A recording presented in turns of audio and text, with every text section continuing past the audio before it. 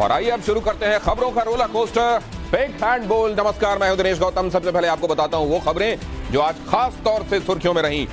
आज हम क्या क्या देखेंगे बिग एंड बोल्ड में। आज आपको बताएंगे हम सद्दाम और इम्तियाज ने किस तरह एक लेडी टीचर को पहले फेसबुक के जरिए जाल में फंसाया, फिर वाटरफॉल दिखाने के बहाने महापाप को अंजाम दे दिया। बात राजस्थान की भी होगी, कैसे चुनाव से ठीक पहले सीएम गहलोत को बड़ा झटका लगा। एक बड़े जाट नेता ने आखिर क्यों कांग्रेस के हाथ का साथ छोड़ दिया।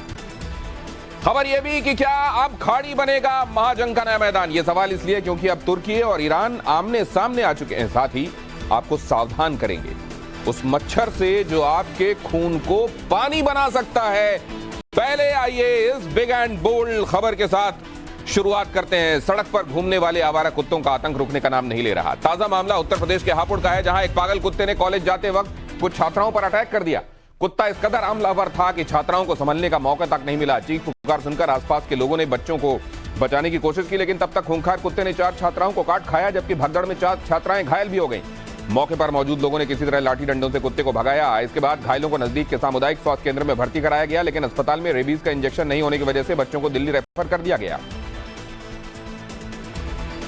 आज गाजियाबाद की उस तस्वीर को एक बार फिर से देखना बेहद जरूरी है, जो रह रहकर दिलो दिमाग में घूमती रहती है। गाजियाबाद से दिल झकझोर देने वाली ये तस्वीर जिस किसी ने भी देखी थी वो कई दिनों तक बेचैन रहा था।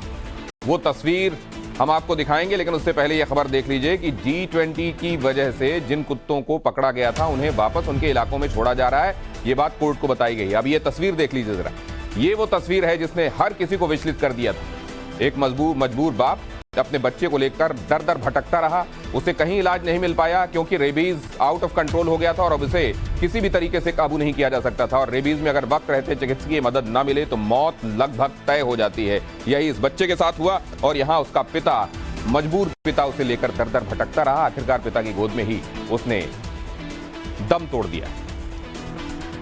ये तस्वीर आज भी विचलित करती है और सबक देती है। वो सबक क्या देती है आगे आपको बताऊंगा।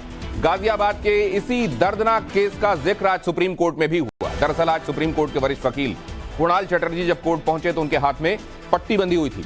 इस पर सीजेआई ने पूछा कि आपको हुआ क्या है, तो कुणाल ने बताया कि 5 कुत्तों ने उन पर हमला कर दिया था। इस पर सीजेआई चंद्रचूड़ ने फौरन मदद की बात कही और पूछा कि क्या उनको किसी चिकित्सकीय सहायता की जरूरत है, और अगर जरूरत है तो अभी रजिस्ट्रार के ऑफिस को कहा जा सकता है। इसी दौरान वहां मौजूद जस्टिस पीएस नरसिम्हा ने कहा कि कुत्तों का काटना एक खतरा बनता जा रहा है। कोर्ट में मौजूद सॉलिसिटर जनरल तुषार मेहता ने गाजियाबाद वाले मामले का, जो हमने अभी आपको दिखाया, उसका जिक्र किया और कहा कि यूपी में एक मामला जिसमें लड़के को कुत्ते ने काट लिया, उसे रेबीज हो गया, बच्चे ने अपने पिता की गोद में दम तोड़ दिया। यह सुनकर सीजेआई डीवाई चंद्रचूड़ ने भी 2 साल पुराना एक वाकया सुनाते हुए कहा कि मेरे लॉ क्लर्क अपनी गाड़ी पार्क कर रहे थे, तभी उन पर सड़क के कुत्तों ने हमला कर दिया। इसी दौरान सॉलिसिटर जनरल ने एक और मामले का जिक्र किया जिसमें कुत्ते के काटने से एक बच्चे की मौत हो गई थी। वरिष्ठ वकील विजय हंसारिया ने सीजेआई चंद्रचूड़ से सड़क पर कुत्तों की समस्या से निपटने के लिए सुओ मोटो स्वतः संज्ञान लेते हुए एक्शन लेने का आग्रह किया, जिस पर सीजेआई ने कहा कि हम इस पर विचार करेंगे। और स्ट्रीट डॉग्स को लेकर आज एमसीडी ने दिल्ली हाई कोर्ट में अपनी सफाई दी। निगम ने कहा कि स्ट्रीट डॉग्स को सिर्फ G20 इवेंट की वजह से पकड़ा गया था और अब उन्हें उसी इलाके में छोड़ा जा रहा है जहां से उन्हें पकड़ा गया था। एमसीडी ने यह जवाब उस PIL को लेकर दिया जिसमें कुत्तों को अवैध रूप से पकड़ने का दावा किया गया था। देश में कुत्तों के काटने के मामले में तेजी से इजाफा हुआ है। हाल में आवारा कुत्तों के काटने के कई मामले सामने आए हैं। घूमते आवारा कुत्ते और पालतू कुत्ते सड़क गलियों में कभी भी किसी को भी काट लेते हैं। एक अनुमान के मुताबिक भारत में 1.6 करोड़ से ज्यादा आवारा कुत्ते हैं और इनकी संख्या उत्तर प्रदेश, ओडिशा और महाराष्ट्र में सबसे ज्यादा है। आंकड़ों के मुताबिक 2021 में 17 लाख लोगों को कुत्तों ने काटा था। भारत में हर साल रेबीज से करीब 20,000 मौतें हो जाती हैं और यह पूरी दुनिया में सबसे ज्यादा है। चौंकाने वाली बात यह है कि दुनिया में रेबीज से सबसे ज्यादा 36% मौतें भारत में ही होती हैं। तो संभल जाने की, सचेत हो जाने की जरूरत है और रोमांच को करीब से महसूस करने का शौक एक शख्स की जान पर भारी पड़ गया। भोपाल के भौरी में मड रैली के दौरान उस समय दर्दनाक हादसा हो गया जब एक युवक तेज रफ्तार कार के ठीक सामने आ गया। युवक जब तक बचने की कोशिश करता, शख्स की गाड़ी से जोरदार टक्कर हो गई, जिसके बाद वो हवा में काफी ऊपर तक उछल गया। हादसे में युवक बुरी तरह जख्मी हो गया। घायल युवक को फौरन ही अस्पताल ले जाया गया जहां उसकी हालत गंभीर बताई जा रही है। और मध्य प्रदेश के बुरहानपुर से चोरी की एक बड़ी अजीब घटना सामने आई, जहां एक महिला ने पहचान छिपाने के लिए हिजाब पहनकर वारदात को अंजाम दिया। यह महिला मोबाइल की दुकान पर पहुंची। इस दौरान उसने दुकानदार की आंखों में धूल झोंककर एक मोबाइल चुरा भी लिया, लेकिन उसकी हरकत सीसीटीवी में कैद हो गई। जब दुकानदार को चोरी की भनक लगी तो महिला के बैग की तलाशी ली गई, जिसमें मोबाइल बरामद हो गया। दुकानदार को अपना मोबाइल तो वापस मिल गया, लेकिन हिजाब पहने हुई ये जो महिला है ये मौके से फरार हो गई। और बिग एंड बोल्ड में यह खबर छत्तीसगढ़ से, जहां एक महिला से गैंगरेप का मामला सामने आया है। मामला दर्ज होने के बाद से आरोपी सद्दाम खान और इम्तियाज अली फरार हो गए। यह पूरा मामला जशपुर जिले के बागीचा थाना क्षेत्र का है। आरोप है कि सद्दाम और इम्तियाज ने पहले फेसबुक के जरिए महिला टीचर से दोस्ती की। रिक्वेस्ट स्वीकार किए जाने के बाद कुछ समय बाद दोनों ने टीचर से नंबर साझा किया और बातचीत करनी शुरू कर दी। इसी दौरान सद्दाम और इम्तियाज ने महिला को वाटरफॉल दिखाने का ऑफर दिया। 4 सितंबर को दोनों महिला के साथ वाटरफॉल देखने पहुंचे। आरोप है कि वाटरफॉल के पास जंगल में दोनों ने महिला के साथ बलात्कार किया। किसी को बताने पर जान से मारने की धमकी दी। फिलहाल दोनों आरोपियों को पुलिस तलाश रही है। अगली खबर, बिहार के बेतिया से इंसानियत को शर्मसार करने वाली तस्वीर सामने आई है। यहां 2 युवकों को पहले एक खंबे से बांधकर टॉर्चर किया गया, बेरहमी से पीटा गया और इस दौरान लोगों की भीड़ वहां दिखाई दी, लेकिन किसी ने दोनों युवकों को बचाने की कोशिश नहीं की। मारपीट का यह वीडियो वायरल हो रहा है। बताया जा रहा है कि वीडियो बैरिया इलाके का है। जानकारी के मुताबिक फूलिया खाड़ पंचायत के सरपंच के पति तारकेश्वर सिंह ने दोनों युवकों को खंबे से बांधने के बाद लाठी डंडों से पिटाई की। हालांकि टाइम्स नाउ नवभारत इस वीडियो की पुष्टि नहीं करता। बिहार में अपराधी खुलेआम घूम रहे हैं। कानून व्यवस्था कटघरे में है। पटना, समस्तीपुर के बाद अब वैशाली में गैंगवॉर की तस्वीर सामने आई है। हिस्ट्री शीटर मोहम्मद यूसुफ उर्फ हनी राजा अपने घर के बाहर टहल रहा था। इसी दौरान 2 बाइक पर सवार 4 बदमाशों ने फिल्मी अंदाज में गोलियां बरसानी शुरू कर दी। फायरिंग होते ही मोहम्मद यूसुफ जान बचाने के लिए गली के अंदर भागा, लेकिन 3 बदमाशों ने उसका पीछा किया और उसे छलनी कर दिया। बदमाशों का हौसला इतना बुलंद था कि दहशत फैलाने के लिए एक बदमाश हवाई फायरिंग करता रहा और बाद में सभी बदमाश हथियार लहराते हुए फरार हो गए। मोहम्मद यूसुफ को जब तक अस्पताल ले जाया जाता उसने दम तोड़ दिया। पुलिस के मुताबिक बदमाशों ने मोहम्मद यूसुफ को 7 गोलियां मारी। मोहम्मद यूसुफ पर कई मामले दर्ज थे और जिले में हुई मुथूट फाइनेंस लूट का वो मास्टरमाइंड था। और कर्नाटक के बेंगलुरु में बीच सड़क में एक शख्स पर भीड़ ने धावा बोल दिया। कोई लात मारता नजर आया तो कोई थप्पड़ की बारिश कर रहा था। इस दौरान युवक के कपड़े फाड़ दिए गए। मारपीट की तस्वीरें आनंद राव सर्किल से सामने आई। बताया जा रहा है कि मार खा रहा युवक बाइक टैक्सी चलाता है, जबकि मारपीट कर रहे लोग ऑटो ड्राइवर हैं। दरअसल कर्नाटक में सरकार की शक्ति योजना से नाराज प्राइवेट ट्रांसपोर्टर्स ने हड़ताल बुलाई थी। इस दौरान बेंगलुरु में भी ऑटो और टैक्सी नहीं चल रहे थे। ऐसे में जब ऑटो ड्राइवरों ने सड़क पर बाइक टैक्सी को चलते हुए देखा तो वो पहले बाइकर पर गुस्सा हुए और उसके बाद बाइकर पर हाथ साफ करते नजर आए। अगली खबर सतारा से। महाराष्ट्र के सतारा में एक सोशल मीडिया पोस्ट पर बवाल हो गया। कुछ ही देर में 2 गुट आमने सामने आ गए। झड़प शुरू हो गई। इस दौरान उपद्रवियों ने दुकान में जमकर तोड़फोड़ की। कई गाड़ियों को आग के हवाले कर दिया और फिर देखते ही देखते पत्थरबाजी शुरू हो गई। हालात को काबू करने के लिए एसआरपीएफ की टीम को तैनात करना पड़ा। बताया जा रहा है कि पोस्ट में धार्मिक भावना को आहत करने का आरोप है। सतारा में फिलहाल हालात काबू में है। इंटरनेट सेवा को एहतियातन रोक दिया गया है और पुलिस ने लोगों से शांति बनाए रखने की अपील की है। अगली खबर चित्तूर से। आंध्र प्रदेश में पूर्व सीएम चंद्रबाबू नायडू को 14 दिनों की जेल में भेजे जाने के बाद तेलुगु देशम पार्टी के कार्यकर्ता बेकाबू हो गए। हिंसा पर उतारू टीडीपी कार्यकर्ताओं ने चित्तूर में जमकर आगजनी की। सरकारी बसों में तोड़फोड़ की। इस दौरान सड़कों पर लेटकर गाड़ियों का रास्ता रोक दिया गया। सड़क पर जाम लगा दिया गया। वहीं शहर में दुकानों को भी जबरन बंद करा दिया गया। पुलिस ने एहतियातन कई कार्यकर्ताओं को हिरासत में ले लिया। ये सभी कार्यकर्ता अपने नेता चंद्रबाबू नायडू की गिरफ्तारी का विरोध कर रहे थे, जिन्हें भ्रष्टाचार के मामले में 14 दिनों के लिए जेल भेज दिया गया। मध्य प्रदेश के छिंदवाड़ा में एक चलती बस में आग लगने से हड़कंप मच गया। हादसा उस वक्त हुआ जब यात्रियों से भरी बस छिंदवाड़ा से जबलपुर की तरफ जा रही थी। अचानक बीच रास्ते में बस में आग लग गई। ड्राइवर ने वक्त रहते घटना को भांप लिया, फौरन बस रोकी और सभी यात्रियों को सुरक्षित बाहर उतार दिया और कुछ ही देर में आग ने पूरी बस को अपनी चपेट में ले लिया। पूरी बस धू कर जलती नजर आई। फायर ब्रिगेड की टीम घटना वाली जगह पर पहुंची, लेकिन तब तक देर बहुत हो गई थी। बस पूरी की पूरी जल चुकी थी। बस राहत इस बात की थी कि यात्रियों को वक्त रहते ड्राइवर की सूझबूझ ने सुरक्षित बचा लिया था। और मानसून सीजन जाते जाते आधे हिंदुस्तान में एक बार फिर एक्टिव हो गया। उत्तर प्रदेश, बिहार, मध्य प्रदेश, राजस्थान, पश्चिम बंगाल समेत देश के 15 राज्यों के कई इलाकों में कल से भारी बारिश जारी है। यूपी की राजधानी में लगातार बारिश के बाद हालात बेकाबू हो गए। 24 घंटे में 19 लोगों की मौत हुई है।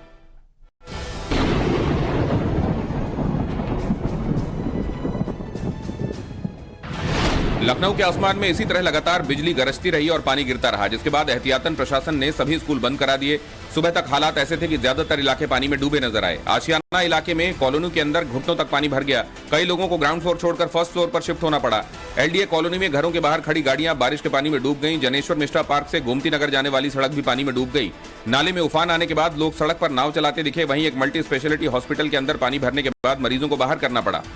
लखनऊ में 24 घंटे से हो रही बारिश के चलते मुख्यमंत्री योगी आदित्यनाथ भी एक्शन में नजर आए और हालात का जायजा लेने के बाद अधिकारियों को निर्देश दिए, जिसका असर सड़कों पर दिखा। लखनऊ कमिश्नर रोशन जैकब जलभराव का जायजा लेने के लिए खुद पानी में उतरी नजर आई। लखनऊ के करीब बाराबंकी में डिजास्टर टीम ने जान हथेली पर रखकर बच्चे का रेस्क्यू किया। बारिश के चलते पूरा परिवार एक घर में फंस गया था। वहीं पुलिस के जवानों ने तेज बहाव में डूब रहे एक जानवर को रेस्क्यू किया। लगातार बारिश के चलते बाराबंकी के निचले इलाकों में बाढ़ का खतरा मंडरा रहा है। सड़कें किसी नदी नाले में तब्दील हो गई नजर आ रही हैं। पीलीभीत में 3 दिन की बारिश के बाद शारदा नदी के किनारे बसे गांव पानी में डूब गए हैं। फसलों को भी भारी नुकसान पहुंचा है। सीतापुर में बारिश के चलते प्राथमिक स्कूल का एक हिस्सा भरभरा कर गिर गया। गनीमत रही कि छुट्टी के चलते स्कूल खाली था। झांसी में भारी बारिश के बाद सड़कों पर घुटनों तक पानी भर गया, जिसमें फंसी गाड़ियों को लोग धक्का लगाते दिखे, जबकि कुछ गाड़ियों को बुलडोजर की मदद से बाहर निकाला गया। अमरोहा में 2 दिन से हो रही तेज बारिश के बाद नेशनल हाईवे पूरी तरह डूब गया और करीब 2 महीने तक शांत रहने के बाद दुनिया के सबसे खतरनाक ज्वालामुखी में एक बार फिर से विस्फोट हो गया। किलाउआ नाम का यह ज्वालामुखी पर दिए बयान को लेकर विवादों में घिरे डीएमके नेता उदयनिधि स्टालिन का विरोध का अनोखा तरीका देखने को मिला। मध्य प्रदेश के जबलपुर में मंदिर की सीढ़ियों पर उदयनिधि स्टालिन और उनके सीएम पिता एमके स्टालिन की तस्वीरें चिपकाई गई। मंदिर के अंदर जाने से पहले श्रद्धालु तस्वीरों पर पैर रख रहे हैं। इस तरह की तस्वीरें जबलपुर के कई मंदिरों की फर्श और सीढ़ियों पर लगाई गई हैं। वहीं देश भर में हो रहे विरोध के बाद भी उदयनिधि अपने बयान पर कायम है। सनातन धर्म को डेंगू मलेरिया बताने के बाद आज उदयनिधि स्टालिन ने सोशल मीडिया पर मॉस्किटो कॉइल की तस्वीर भी पोस्ट कर दी। पेरिस के दौरे पर राहुल गांधी ने एक बार फिर हिंदुत्व के मुद्दे पर बीजेपी पर हमला बोला है। कांग्रेस नेता ने कहा है कि उन्होंने गीता, उपनिषद समेत कई धर्म ग्रंथ पढ़े हैं। राहुल गांधी ने आरोप लगाया कि बीजेपी जो करती है उसमें कुछ भी हिंदू नहीं है और बीजेपी का हिंदुत्व से कोई लेना देना नहीं है। राहुल यही नहीं रुके, कहा कि हिंदू का मतलब यह नहीं है कि कमजोर को नुकसान पहुंचाया जाए और उन्होंने हिंदू राष्ट्रवाद के आइडिया को भी गलत बताया। आरजेडी सुप्रीमो लालू प्रसाद यादव आज अपनी पत्नी राबड़ी देवी के साथ झारखंड पहुंचे, जहां उन्होंने पहले देवघर में बाबा बैद्यनाथ के दर्शन किए और फिर दुमका में बासुकीनाथ में पूजा अर्चना की। लालू यादव ने पूरे विधि विधान के साथ शिवलिंग का जलाभिषेक किया और पूजा अर्चना की। मंदिर से निकलने के बाद लालू यादव ने बताया कि उन्होंने भगवान से देश में बदलाव लाने और इंडिया गठबंधन को विजयी बनाने की प्रार्थना की है। मान्यता है कि देवघर में बाबा बैद्यनाथ के दरबार में दीवानी मुकदमों की सुनवाई होती है, जबकि बासुकीनाथ मंदिर में फौजदारी मामलों की अर्जी लगाई जाती है। खाड़ी बनेगा महाजंग का मैदान, अब तुर्की वर्सेस ईरान। पूरी खबर आ गई। उससे पहले देखिए, चुनाव से पहले राजस्थान में कांग्रेस को झटका। राजस्थान में चुनाव से पहले कांग्रेस को बड़ा झटका लगा है। दिग्गज जाट नेता नाथूराम मिर्धा की पोती ज्योति मिर्धा बीजेपी में शामिल हो गई हैं। नागौर से कांग्रेस सांसद रह चुकी ज्योति का जाना कांग्रेस के लिए बड़ा नुकसान माना जा रहा है। राज्य में इस साल के आखिर में विधानसभा चुनाव होने हैं। अपने बड़बोले बयानों से विवादों में रहने वाले भारत पे के पूर्व को फाउंडर अश्लील ग्रोवर एक बार फिर विवादों में घिर गए हैं। अश्लील ने इंदौर पर स्वच्छता सर्वे खरीदने का आरोप लगाया है। इस पर मेयर ने उन्हें कानूनी नोटिस भेजने का ऐलान कर दिया है। गृह मंत्री नरोत्तम मिश्रा ने कहा कि जिसके दिमाग में कचरा होगा उसे गंदगी ही गंदगी नजर आएगी। महिलाओं के खिलाफ बढ़ते अपराधों को रोकने के लिए छत्तीसगढ़ सरकार ने बड़ा फैसला किया है। अब महिला अपराध से जुड़े किसी भी आरोपी को राज्य में सरकारी नौकरी नहीं मिलेगी। हालांकि इसका ऐलान 15 अगस्त को मुख्यमंत्री भूपेश बघेल कर चुके थे, लेकिन अब इसे लागू कर दिया गया है। मध्य प्रदेश विधानसभा चुनाव में बीजेपी को चुनौती देने के लिए पूर्व संघ प्रचारक मैदान में कूद गए हैं। इन प्रचारकों ने जनहित पार्टी बनाकर विधानसभा चुनाव लड़ने की घोषणा कर दी है। इन्होंने पार्टी की टैगलाइन का नाम भारत हित रक्षा को समर्पित रखा है। पार्टी का कहना है कि बीजेपी के कामकाज से लोग संतुष्ट नहीं हैं। प्रियंका गांधी आपदा से हुए नुकसान का जायजा लेने के लिए 2 दिवसीय दौरे पर हिमाचल जाएंगी। 12 और 13 तारीख को प्रियंका कुल्लू, मनाली, मंडी और सोलन का दौरा करेंगी। इस दौरान उनके साथ सीएम सुक्खू भी होंगे। हिमाचल में आपदा से करीब 411 लोगों की मौत हो चुकी है। खबरें आ रही हैं, बिहार से लेकर दिल्ली, यूपी तक डेंगू की वजह से मौत के कुछ मामले भी सामने आए हैं। आज बिग एंड बोल्ड आपको डेंगू की पूरी ABCD बताएगा। डेंगू मादा एडीज मच्छर के काटने से होता है। यह मच्छर गंदगी में नहीं बल्कि साफ पानी पर पनपता है। जो लोग शहरों में साफ सुथरी जगहों पर रहते हैं उन्हें डेंगू का खतरा ज्यादा होता है। डेंगू होने पर कुछ सामान्य सिम्टम्स हैं जो मरीजों में दिखाई देते हैं, जैसे सिर और मांसपेशियों के साथ साथ हड्डियों में दर्द का महसूस होना, ठंड लगने के साथ बुखार चढ़ना, जी मचलाना, उल्टी आना, आंखों में दर्द, स्किन पर लाल चकत्ते होना, मुंह का स्वाद खराब लगना। अब सवाल यह है कि अगर ये लक्षण दिखे तो आपको करना क्या चाहिए। इसका सीधा सा जवाब है कि अपनी मर्जी से कोई ब्लड टेस्ट न कराएं, फौरन डॉक्टर के पास जाएं, लक्षण बताएं, मेडिकल एडवाइस पर ही टेस्ट और ट्रीटमेंट कराएं। आपके जहन में यह सवाल भी होगा कि डेंगू का खतरा कब सबसे ज्यादा रहता है, तो इसका जवाब है जब बारिश का मौसम खत्म होता है और सर्दी शुरू होने वाली होती है। यानी जो मौसम अभी चल रहा है वो डेंगू को लेकर सबसे खतरनाक है। तो इन दिनों जब डेंगू का खतरा ज्यादा है, ऐसे में इससे बचने के लिए आपको सबसे आसान तरीका ये अपनाना चाहिए कि इम्यूनिटी बूस्ट करें, साथ ही मच्छरों से बचाव करें, जैसे मच्छरदानी, मॉस्किटो रेपेलेंट का इस्तेमाल करें। और एंड्रॉयड ऑपरेटिंग सिस्टम वाले मोबाइल फोन में कुछ नए तरह के बग्स मिले हैं। इन्हें आप एक तरह का वायरस भी कह सकते हैं। ये बग आपके मोबाइल के डेटा में सेंध लगा सकते हैं। मतलब ये कि आपके मोबाइल के अंदर जितनी भी जानकारी है वो चोरी हो सकती है। भारत सरकार के इलेक्ट्रॉनिक्स और सूचना प्रौद्योगिकी मंत्रालय के अंडर में काम करने वाले CERT इन ने बताया कि उन्हें कई तरह के बग का पता चला है जो मोबाइल यूजर के लिए खतरनाक है। कहा यह गया कि बग एंड्रॉयड के वर्जन 11, 12, 12L और 13 में मौजूद हैं। इनकी मदद से हैकर्स आपके फोन की जानकारी चुरा सकते हैं। इससे बचने के लिए सभी एंड्रॉयड यूजर्स को अपने मोबाइल फोन का ऑपरेटिंग सिस्टम अपडेट कराने के लिए कहा गया है। Box office all time high पर पहुंच गया। हालांकि मार्केट बंद होते होते 19,996 पर क्लोज हुआ। सेंसेक्स भी 528 पॉइंट चढ़कर 67,127 पर बंद हुआ। सराफा बाजार में सोना सस्ता जबकि चांदी महंगी हुई। 24 कैरेट के 10 ग्राम गोल्ड की 59,160 रुपए कीमत रही, जबकि सिल्वर ने 71,126 रुपए प्रति किलो के आसपास कारोबार किया। आईफोन 15 का इंतजार कल खत्म होने वाला है। एप्पल आईफोन 15 सीरीज को अपने वंडरलस्ट इवेंट में लॉन्च करने के लिए तैयार है। उम्मीद है कि upcoming phone Apple A16 bionic chipset से लैस होगा, जो A15 बायोनिक से 7% ज्यादा फास्ट साबित हो सकता है। टू ठाकरे गेम ऑन 2024 के चुनाव से सबसे खतरनाक एक्सपेरिमेंट शुरू हो गया है। मोदी को रोकने के लिए हिंदू वोट तोड़ने का प्लान बनाया गया है। मुस्लिम वोटों के लिए मौलानाओं ने जिम्मेदारी संभाली है। हिंदुओं को डराने की रणनीति ठाकरे ने बनाई है। यूपी से लेकर महाराष्ट्र और राजस्थान तक गेम ऑन है, मगर योगी के पास एक फॉर्मूला है जिससे सारे दांव फेल हो जाएंगे और जीत मोदी की होगी। रिपोर्ट देखिए।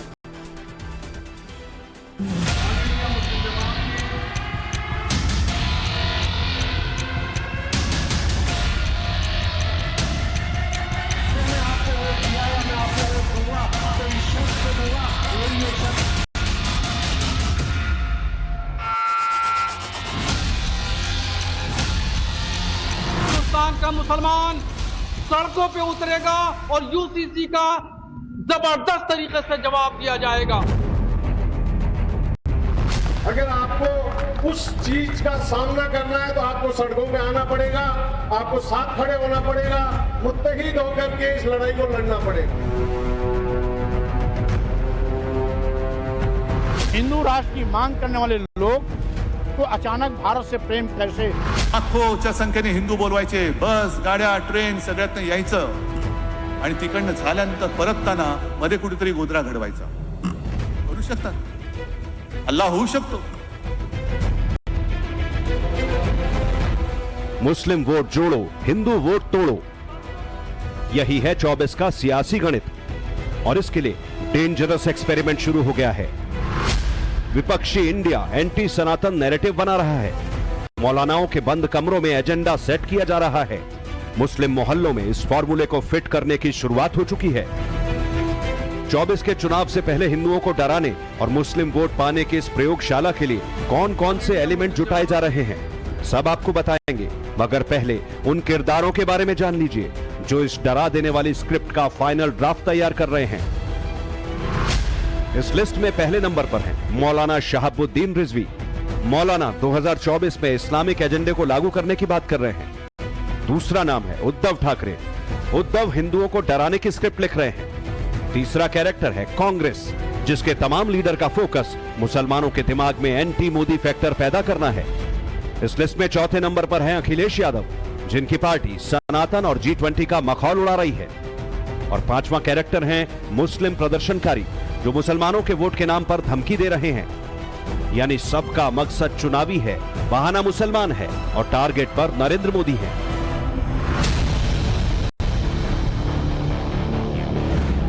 चौबीस के लिए पहला डेंजरस एक्सपेरिमेंट किया गया मौलानाओं की तरफ से। बरेली के इस्लामिक रिसर्च सेंटर में उलेमाओं की बैठक हुई। इस मीटिंग में मुद्दा मुसलमानों की तरक्की का था, मगर चर्चा 24 के चुनाव पर ज्यादा हुई। हक और हुकूक के नाम पर मुस्लिम एजेंडा को सामने रखा गया और इसका मकसद ही था मोदी सरकार का विरोध करना। मुस्लिम एजेंडे में तमाम पॉलिटिकल पार्टियों से यह कहा गया है कि पैगंबरे इस्लाम बिल लेकर के आए, पार्लियामेंट में हुजूर सल्लल्लाहु ताला अलैहि वसल्लम पर एक ऐसा बिल पास किया जाए जिससे आइंदा जो लोग भी हुजूर सल्लल्लाहु ताला अलैहि वसल्लम की शान में गुस्ताखी करते हैं उनके खिलाफ कानूनी कार्रवाई हो सके, उनको कैफरे किरदार तक पहुंचाया जा सके और ऑल इंडिया मुस्लिम जमात के उलमा पैगंबर इस्लाम बिल लाने के लिए तमाम पॉलिटिकल पार्टियों के लोगों से वो मिलेंगे। मौलानाओं की इस जमात में हिंदू मुस्लिम एकता की बात नहीं हुई, इसकी बजाय कट्टरवाद को बढ़ावा देने पर जोर रहा। क्यों इसे समाज के लिए डेंजरस एक्सपेरिमेंट कहा जा रहा है, वो भी समझ लीजिए। ऑल इंडिया मुस्लिम जमात के उलेमाओं ने मांग रखी 24 में जिसकी भी सरकार बने वो मुस्लिम एजेंडे को संसद में पास कराए। ऑल इंडिया मुस्लिम जमात के उलेमाओं ने दावा किया कि सबका साथ सबका विकास का नारा देने वाली मोदी सरकार उन्हें भूल गई। साथ ही ऑल इंडिया मुस्लिम जमात के उलेमाओं ने आह्वान किया समान नागरिक संहिता का विरोध करने के लिए मुसलमान सड़कों पर उतरें। इस्लामिक एजेंडे की सोच को बढ़ावा देने वाली ये जमात वैसे तो बीजेपी से मिलेगी, मगर सबसे ज्यादा फोकस कांग्रेस से मुलाकात पर है, समाजवादी पार्टी के नेताओं से होने वाले मंथन पर है। 24 के डेंजरस एक्सपेरिमेंट का अगला चैप्टर उद्धव ठाकरे लिख रहे हैं। उद्धव के स्क्रिप्ट में इस बार भी हिंदू है, मगर तरीका अलग है। उद्धव ने इस बार हिंदुओं को तोड़ने का प्लान बनाया है। गोधरा के नाम पर हिंदुओं को डराने का दांव चला है। च्या संख्येने हिंदू बोलवायचे, बस गाड्या ट्रेन सगळ्यात यायचं आणि तिकडनं झाल्यानंतर परतताना मध्ये कुठेतरी गोधरा घडवायचा। करू शकतात, हल्ला होऊ शकतो, कोणत्या तरी वस्तीमध्ये बस जाळतील, दगडफेक करतील, माणसं मारतील, पुन्हा देश पेटेल, पुन्हा तेच ते सगळं तेच ते आणि तेच ते पुन्हा घरांच्या होळ्या पेटतील आणि त्या पेटणाऱ्या घरांच्या होळीवरती यांच्या राजकीय पोळ्या ते भासतील। उद्धव ठाकरे सीधे सीधे हिंदुत्व के खिलाफ नहीं बोल सकते, मगर उनके इस बयान में बहुत ज्यादा बेचैनी है। मायने निकाले जा रहे हैं कि 24 के चुनाव में मोदी को जिस तरह का सपोर्ट मिलने वाला है उसने उद्धव की नींद उड़ा दी है। सवाल यह भी उठ रहा है कि उद्धव ने महाराष्ट्र के जालना में ही क्यों गोधरा का जिक्र किया। क्या उद्धव भूल गए 27 फरवरी 2002 को साबरमती एक्सप्रेस में आग लगाने वाले कौन थे? क्या उद्धव ये बताना नहीं चाहते कि S6 कोच को बाहर से बंद करने की साजिश किसने रची थी? साल 2002 फरवरी में गोधरा कांड का जो पूरा हादसा हुआ था, उसकी स्क्रिप्ट लिखने का काम कांग्रेस के एक पूर्व पार्षद ने किया था, जिसका नाम था फारूक भाणा। जी हां, फारूक मोहम्मद भाणा ये वही शख्स था जिसने 26 फरवरी के एक दिन पहले रात को अमन गेस्ट हाउस में पूरी साजिश रची। साल 2016 के अंदर भाणा को पकड़ने का काम गुजरात ATS ने किया था। ATS को मिली ये सबसे बड़ी सफलता थी। बताया जाता है कि इस पूरी साजिश के अंदर 140 लीटर पेट्रोल लाने से लेकर चलती ट्रेन को पुल करने का, चेन पुलिंग का काम भी सलीम पानवाला के साथ में मोहम्मद फारूक भाणा के हाथों में था। कभी हिंदुत्व की वकालत करने वाले उद्धव आज विपक्षी गठबंधन इंडिया का हिस्सा हैं। उन्हें यह बात अच्छी तरह मालूम है कि 22 जनवरी 2024 को जब भव्य राम मंदिर का उद्घाटन होगा तो राम भक्ति की लहर का शोर होगा। 500 साल तक राम मंदिर का इंतजार करने वाले भक्त जब राम नगरी में होंगे तो श्री राम की गूंज के अलावा बाकी सब नेपथ्य में होगा। शुरुआती दिनों में जुटने वाली 5 करोड़ भक्तों की आस्था उफान पर होगी और अयोध्या में मौजूद होंगे दुनिया के 120 देशों के लोग जो प्रभु श्री राम के दर्शन मंदिर में करेंगे। चूंकि प्रधानमंत्री नरेंद्र मोदी इस खास मौके का अट्रैक्शन होंगे, इसीलिए उद्धव बेचैन है कि कहीं राम मंदिर के नाम पर हिंदुओं का वोट बीजेपी को ना मिल जाए। हम इस समय मौजूद हैं भक्ति पथ पे। ये भक्ति पथ वही है जिसको प्रभु श्री राम जन्मभूमि के लिए, भक्तों के लिए खोला गया है। इसी रास्ते से लोग प्रभु श्री राम के दर्शन करते हैं। जैसे ही प्राण प्रतिष्ठा का समय आएगा, चप्पे चप्पे में कई तरह की फोर्सेज रहेंगी, कई तरह की सुरक्षा एजेंसियां यहाँ रहेंगी और कहीं एक पत्ता भी नहीं हिलने वाला है। बहुत अच्छी सुरक्षा व्यवस्था। बहुत खुश हैं हम कि हमारे हिंदू धर्म को आगे बढ़ोतरी मिल रही है। आगे मोदी जी काफ़ी कुछ कर रहे हैं उनके हमारे हिंदुओं के लिए और हमारे जो है ऐसा हमारे जो संस्कार हैं आगे तक जाएंगे, बच्चों तक जाएंगे, तो हमें बड़ी खुशी है। प्रभु राम की नगरी में रह रहे हैं, अगर उनके लिए ही अगर हर चीज़ किया जा रहा है तो उनकी स्थापना में हमको बहुत ही हर्षोल्लास रहेगा, बहुत ही खुशी रहेगी। उद्धव भले ही हिंदुओं को गोधरा के नाम पर बांटने की कोशिश कर रहे हों, मगर एक सच ये भी है, योगी आदित्यनाथ के रहते दुनिया के सबसे बड़े धार्मिक और आध्यात्मिक कुंभ मेले का सफल आयोजन प्रयागराज में हुआ। 49 दिन तक चले इस कुंभ में 23 करोड़ भक्तों ने संगम में डुबकी लगाई, जिसमें 10 लाख से ज्यादा विदेशी थे। 3 वर्ल्ड रिकॉर्ड इस महाकुंभ में बने थे। प्राण प्रतिष्ठा के दिन मंदिरों को केंद्र बनाकर काम करेंगे, गांव की चौपाल को केंद्र बनाकर काम करेंगे, अपने गांव और अपने मोहल्ले और मंदिर के पास पड़ोस के समाज को टेलीविजन अथवा स्क्रीन के माध्यम से अयोध्या का प्राण प्रतिष्ठा आयोजन दिखाएंगे। जल्द ही सदियों की प्रतीक्षा समाप्त होगी और करोड़ों राम भक्तों को अपने आराध्य के दर्शन होंगे और पूरी दुनिया इस दृश्य को देखेगी। और जहां तक बात रही डरने की, तो जिन लोगों को मंदिर निर्माण से डर लग रहा है, ऐसे लोगों को डर लगना भी चाहिए। योगी का टारगेट यूपी की 80 सीटें हैं और अयोध्या उनके एजेंडे में है। योगी पहले कार्यकाल में 40 बार अयोध्या गए थे। दीपोत्सव का रिकॉर्ड बनाकर योगी ने एक नई लकीर खींच दी। आंकड़े भी बताते हैं 2019 के लोकसभा चुनाव में बीजेपी को 49.6% वोट हिंदुओं का मिला था। दूसरे नंबर पर मायावती की बीएसपी 19.3% के साथ थी, जबकि तीसरे नंबर पर समाजवादी पार्टी रही, जिसे 18% वोट मिले। अब 24 के चुनाव से पहले राम मंदिर का उद्घाटन होगा तो मुद्दा बहुत बड़ा होगा। इसीलिए उद्धव को छटपटाहट है, योगी के विजन से बेचैनी है। वे दगाबाज और दंगेबाज आज फिर से मोदी जी को रोकने के लिए एकजुट होकर के फिर से बैरियर बांधने का कार्य कर रहे हैं। विपक्षी गठबंधन इंडिया 24 के लिए ऐसे एक्सपेरिमेंट में जुटा है जिसमें फोकस मुसलमानों पर है और इसकी शुरुआत कर्नाटक से हुई। कर्नाटक में 13% मुसलमान हैं, इनका 70% वोट कांग्रेस को विधानसभा चुनाव में मिला। इसी की बदौलत कांग्रेस ने कर्नाटक में सरकार बनाई। पिछली बीजेपी सरकार के हटाए गए 4% मुस्लिम कोटे को जल्द बहाल करने की बात कही जा रही है। इसी रणनीति के तहत 24 से पहले कर्नाटक की कांग्रेस सरकार ने डेंजरस एक्सपेरिमेंट किया है। ये एक्सपेरिमेंट है गैर हिंदुओं को गाड़ियों की खरीद पर 3 लाख तक की सब्सिडी देना। जिन अल्पसंख्यकों को इससे फायदा मिलेगा उसमें 82.25% मुस्लिम आते हैं, जो कि राज्य की मुस्लिम आबादी 78,94,000 का हिस्सा है। कर्नाटक कांग्रेस के इस प्लान में मुसलमानों का खास तौर पर जिक्र है, हिंदुओं के हित की कोई बात नहीं। Look, I've read the Gita, I've read number of the Upanishads, I've read many Hindu books. There's nothing Hindu about what the BJP does. What the BJP and the RSS are trying to do, the heart of what they're trying to do, is trying to stop the expression, the participation of lower castes, other backward castes, tribals and minority communities. And for me, in India, where a Dalit person or a Muslim person, tribal person, upper caste person, anybody is being mistreated, is being attacked, is not the India I want. Rahul Gandhi जिस France में बैठकर anti BJP और anti Bharat की वकालत कर रहे हैं, वहां महज 0.2% हिंदू हैं और मुसलमान 10%। इसके बाद भी फ्रांस के राष्ट्रपति मैक्रों मोदी की तारीफ करते हैं, भारत मंडपम में भारतीय संस्कृति को समझते हैं। ये अलग बात है, 24 के लिए डेंजरस एक्सपेरिमेंट कर रही कांग्रेस को ये सब नजर नहीं आता।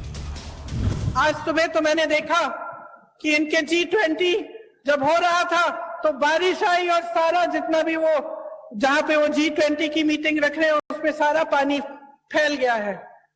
मेरे मन में एक बात आई कि शायद जो हमारे देशवासी डर के मारे कह नहीं पा रहे, भगवान ने कह दिया।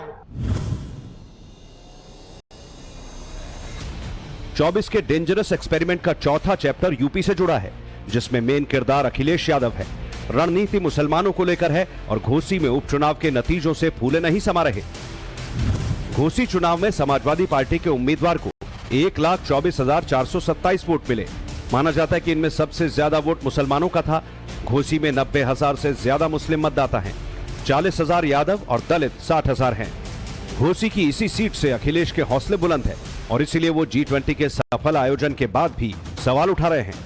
अखिलेश ये तो बताते हैं कि केंद्र सरकार ने विदेशी मेहमानों को सोने की थाली में 56 भोग परोसे और करोड़ों लोगों को 5 किलो अनाज, मगर ये फैक्ट जानबूझकर छिपाते हैं कि जिन 80 करोड़ गरीबों को इस योजना से फायदा मिला उसके लिए केंद्र सरकार 1,80,000 करोड़ रुपए सालाना खर्च उठा रही है। दुनिया के किसी भी मुल्क में इतनी बड़ी आबादी के लिए ऐसी कोई योजना नहीं है और शायद इसीलिए इन्हें G20 में जी का मतलब सिर्फ घोषी ही दिखाई देता है।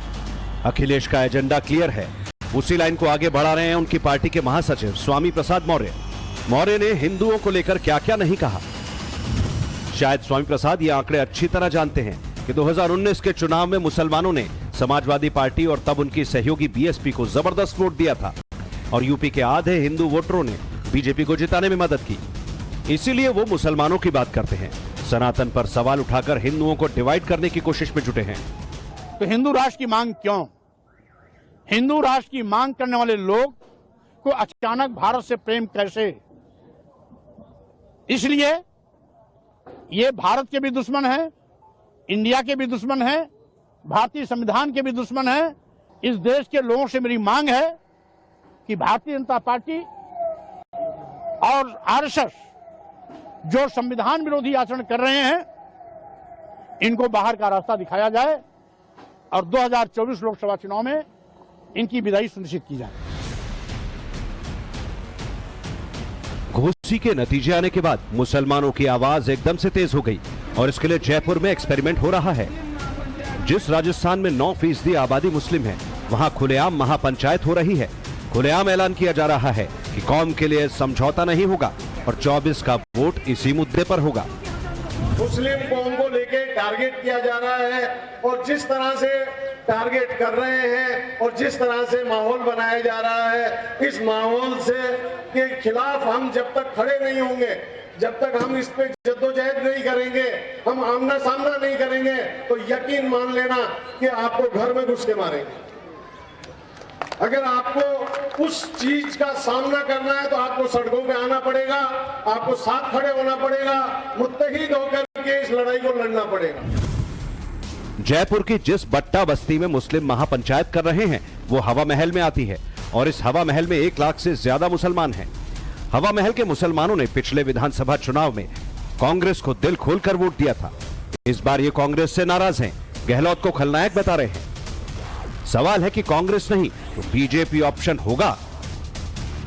हम मांग करेंगे सरकार से कि चीजों को अभी भी समझें, सोचें, वरना तो मुस्लिम वोट है, कोई किसी गुलाम नहीं है। जहाँ जहाँ उसको मौका मिला, चाहे यूपी में अगर उसको समाजवादी पार्टी मिली, बसपा मिली तो उनके पास चले गया, या अगर बंगाल में उसको ममता बनर्जी मिली तो उसके पास चले गया। यहाँ अगर कोई मिलेगा, दूसरी तीसरी पंचायत पार्टी आएगी। बहुत कोशिश कर रही है, आप भी है और बहुत सारी तंजीमें आ रही है, बहुत सारी पॉलिटिकल पार्टी आ रही है। अब वोट किसको? अब वोट तो इसी को देंगे। आज से हम तो पैदा हुआ, आज 65 साल की उम्र होगी मेरी। जब से गाय बछड़े का चिन्ह चल रहा था, जब से मतलब कांग्रेस को वोट देते आए। किसकी तरफ जाएंगे इस बार? जिसकी तरफ जाएंगे जो हमारी बात मानेगा। अच्छा, कौन मानेगा? आम आदमी पार्टी मानेगी, बीजेपी मानेगी?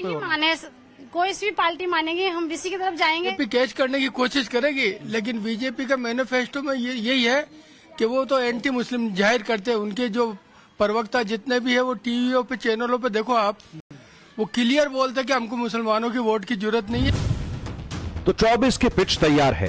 हिंदू वर्सेस मुसलमान की राजनीति खुलकर होने लगी है।